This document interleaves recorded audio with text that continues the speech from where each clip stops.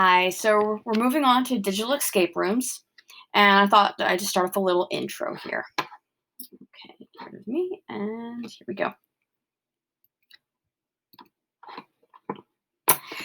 So digital escape rooms are just a fun way of doing a review or maybe an assessment. It's not usually how I would start a unit, but it could be a good midpoint for a formative assessment, or it definitely is a really fun way of review versus your traditional, game or flashcards. It has problem solving in it, right? If you have the puzzles and the riddles, you're adding that little piece, and it could involve collaborative group work. When I've done these in my classroom, I typically would put them in groups of three, 2 to 3, and give them the puzzles to work through live. And sometimes I have a lockbox, and they're physically opening locks to get in. But it works digitally online too, or you can do it by themselves, which I think is where we're at for the most part in teaching right now.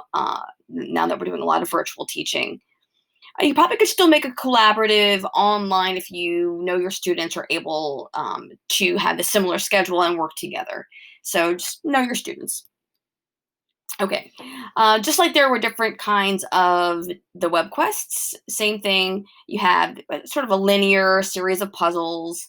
You can do more of a choose your own adventure, choose the door type. I haven't played too much with that one.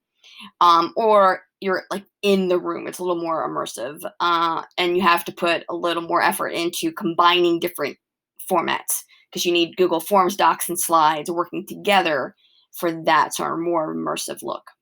Okay, so let's take a look at the first Google Forms and when it's sort of a linear series of puzzles. Okay, so here's one I made, and this is from the teacher's viewpoint. And again, I always start off with their name. And I have videos, and they answer the puzzles with the video. They unlock. I have an infographic. And so they're learning a little content as they go along. Okay. And you can see you just go from one thing to another. And puzzles and codes, and they get to the end. And that's just a very linear series of puzzles. And we'll get into what the puzzles are in a minute and how I was able to find them. Okay, so that's more linear. And let's take a look at one that is more immersive. So this is that one where you have to use a bunch of different media. So you have to be familiar with Google Forms, which I think we are now. Google Slide. You only have to make one slide. And Google Docs. Okay, so in this, they open it to this. This is what a student would open and start here. They would start their timer. And then they would go around looking for clues in the room, clicking on different things, and boom. So they clicked on the goggles there, and they found a clue. And the clue this time is a little bit of a riddle, sorry.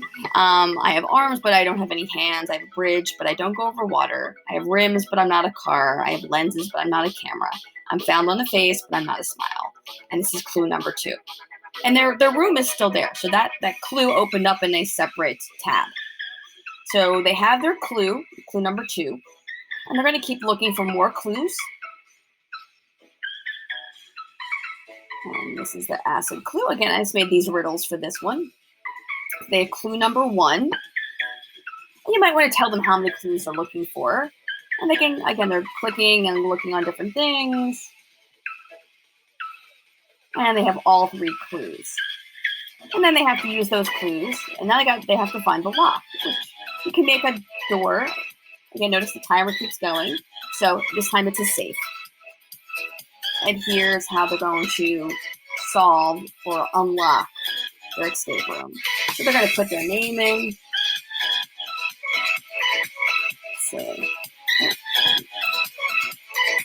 Let's see.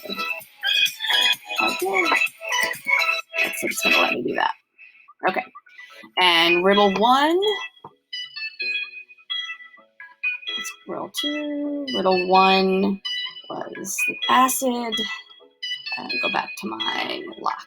There we go. So riddle 1, the answer. Riddle 2, I believe.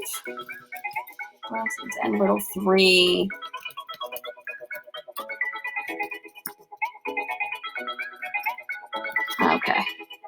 Now let's actually, let me put it in wrong. Let me do what right now. Okay, so I can see I got the first two right, but I have to try again here. Okay, and done. Okay, and I can go back. I could even have them put in their time. I could have added that as a question um, into the escape room. So this is one that's a little more immersive. So you have the linear kind and this more click and look for clues kind. So you can see which one works for you. Okay. So first of all, before you get started, you have to figure out what topic you're going to do, what kinds of questions you want to ask, what kind of vocabulary you might want to incorporate. You know, what's the point of this? And then once you have those ideas set and you're brainstorming, start kind of thinking about what the kind of riddles or codes or secret notes called snotes. These are some puzzle types you can use to incorporate. Okay, so let's take a look where I get some of my ideas. So once I know what I'm testing on or quizzing on, this website called Box and Trick. BOXENTRIQ, and I'll put that in the link in the classroom. And there's a whole bunch of different kinds of puzzles and riddles and code breaking that's available here, and you can kind of play around with it. There's some that work well and some that won't really jibe well with what your format is. So some that I've tried out, let's see, letters to numbers. So let's say you know what the answer is, right? They've learned their content, you ask a question, and convert letters to numbers. So let's say neutrons. Neutrons is the answer. Well, I can put these numbers in, and that can be one of my clues or hints. And they can use these numbers, using this code, and convert it to the code word, or vice versa. They know the code word, and then this will unlock the lock, or one of the locks. Okay, so that is one, letters to numbers, and their encodings. Another one, let's see if I can find it here, Morse code. Okay, so you want text to Morse. So if I know what the answer is, let's say protons are positive. And it'll turn into Morse code for you, which you can copy and paste into your web quest. And I've done that, and then I give them the actual key. I will also put this in as a picture, so they're able to translate that, and that's a bit of fun. So you can play around with some of the other codes on Box and Trick.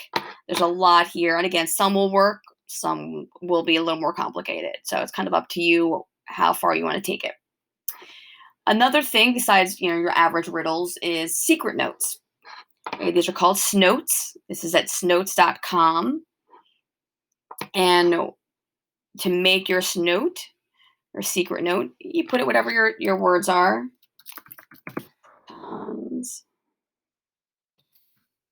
Are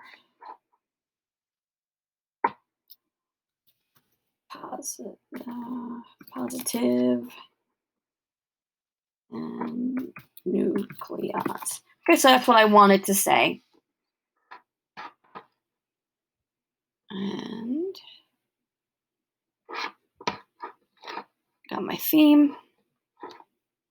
Select. Okay, and it's made this secret note. You can see, so it's sort of a jumble. And then the students, and then you'll get a link for this that you would embed into your Google form. They can 3D kind of manipulate it. And you can see the words are positive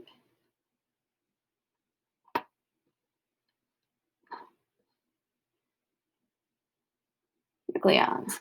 And that's another way to give them clues or hints. That's kind of fun.